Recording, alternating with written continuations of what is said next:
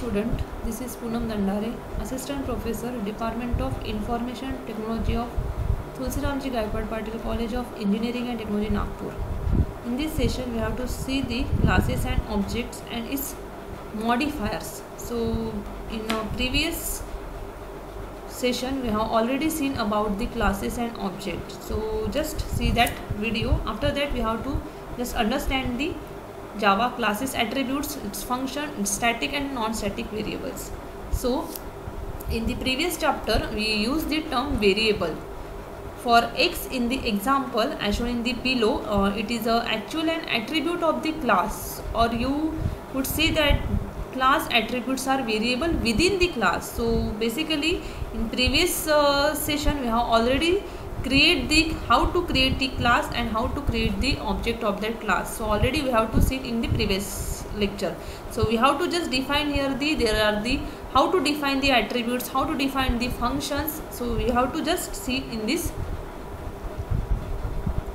video. So particularly first we have to create the class by using a class keyword, and main is the class name, because the class name should contain the first letter should be a capital, and public is the access specifier. That means it should be accessed in all over the particular package. So we have to just define within a class, we have to define the two attributes. That is, the first one is the x and second one is the y. So we have to define. So this is known as the attribute. This is known as the class attributes. So these are the some class attributes. Next, how we can access that attributes. So by using the object of that class, we have to access the attributes. So how we can create the object of that class? So we have to, in previous lecture we already told, that means how we can create the object of that class. So the class name followed by the object name equals to new as a keyword and the class name as a function. So by this sentence we have to create the object of that class, and by using object you can access the attribute of that class. So here in this program the class is the main. So the attribute of the main class is the x equals to 5. So I want to access from the main function. So in main function we create an object of the class main. So the object should be a my obj, that is the my object, and we can access the x by using the object and by using the dot. That means the dot is the access specifier, or we can access the attribute of the class. So in system.out.println, my object is the object of the main class and x is the attribute and dot is the access specifier. So we can access my object dot x. So by this method we can access the attribute of the class. Next, modified of attributes. How you can modify it? First, here is an example. Set the value of x to 40. Here initially we have to create x, that is the data type should be an integer. After that we have to write the main method. So we have to create the object. Every class contain the object. We have to already studied in the first part of the classes and object video. So we have to create the object of the class main, and we have to change, we have to modify it. Initially we have to just create a variable. Initially we didn't assign the value of x, but after that I want for some time I want to modify the value of x. Then in main function, how you can access the attribute of main? So I just access the attribute of class main by using the object of that class. So my object is the object of the class main, x is the attribute, and I want both. By using the dot operator we can access equals to 40. That means initially we didn't assign any value, but after that we have to assign a 40 in a x. So we have to modify the attributes in the main function also. Next, Next example is the change the value of x to 25. That means we have to modify it. Initially we have to set x equals to 10. Initially we have to initialize the x equals to 10. Then after that we have to modify the value of x. So how to modify it? My object we can access by using an object. We can access the attribute of class, and we have to just set the value. Instead of 10 we have to just write here the 25, means it should be overwrite. Next, if you don't want the ability to override existing value, declare the attribute as final. If in my program, if initially I set the x equals to 10 and I don't want to change my value to the other person, so at that time I just write here a final. So final is a keyword, that means we can't change within a program. So initially if you just declare the any keyword, any variable as a final, so that means we can't change the value. So for example, if you want to store the value of pi, because pi value should be a constant, so that means if you write here a final, so no one should be changed that value. So we have to just write here a final keywords. For example, int x equals to 10, that means x, whenever x is used, that means x value should be a 10. So at that point I just write here a final, that means my value x equals to 10 should be a final in program. So after that we want to change the value of x, we want to modify the value of x. At that time it throws an error, that means we will generate an error, cannot assign a value to a final variable, because final is a keyword which is used to store the value, that means which declares the attribute as a final.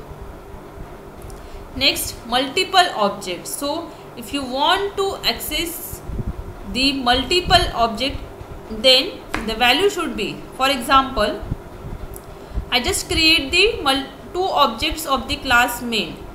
Initially the class attributes x equals to 5 I just stored, and after that I just create the two objects. I just create the two object. Main, my object 1 equals to new main, my object 2 equals to new main, and after that I want to change or modify the value of x by using the object 2. I create the two object of my object 1 and my object 2, and with the help of my object 2 I want to change the value of x. I want to modify the value of x. At that point, next I want to just print the value of x. So initially my object 1 access the x, that means 5, but after that when I was create the particular object and my object 2 is referred to that particular x, that time I want to change, I want to modify 25. So my object 2 dot x should be a 25. So it is a multiple object, that means you have to change the value of x to 25 in my object 2, and leave x in my object 1 should not be unchanged.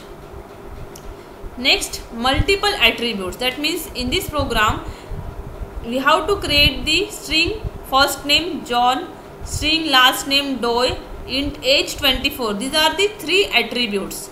So I want to print the name, last name, first name, last name, and the age of that person. So by using system.out.println, I just write here a plus. In Java there is a plus. Plus denotes the, it's not an addition, but in system.out.println if you are to use the plus, so plus perform the different roles. So plus performs in Java, that is the concatenation of this string. That means we have to concatenate, we have to merge the two strings. So for example, name, so name plus my object dot fname, which whenever the value, that means fnames, that is John, is stored in the fname. So name Plus means it should be concatenated with the name and the John. That means name colon John plus space plus my object last name. So last name should be a DOI. So name colon John space DOI is the output of that program. Next one is the Java class method. So in class method, Java class method contain the two methods. One is the static and second is the non-static. Static means it should be a particularly constant.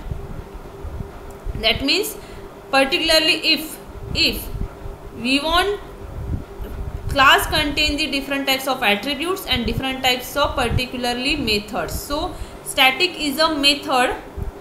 You will often see Java program that have either static or public attributes. It means if any method doesn't contain any keyword, like for example public and private, so these are the non-static. But if the method contain as a static, that means it should be a static function or static method. So we can create a static method, which means that it can be accessed without creating an object of that class. But if it is an non-static, so we have to create an object of that class. So for example, in class main, there is a one method, that is the method name is the my method, and that method should be a static, and that method just print the hello world. After that we have to access from the main method, because every program execution is started from the main function. So we want to create, we want to access, we want to call the static method, but class attribute class method should be accessed by using to create an object. But static method, we don't want to create an object, directly we can call the method if the method should be a static.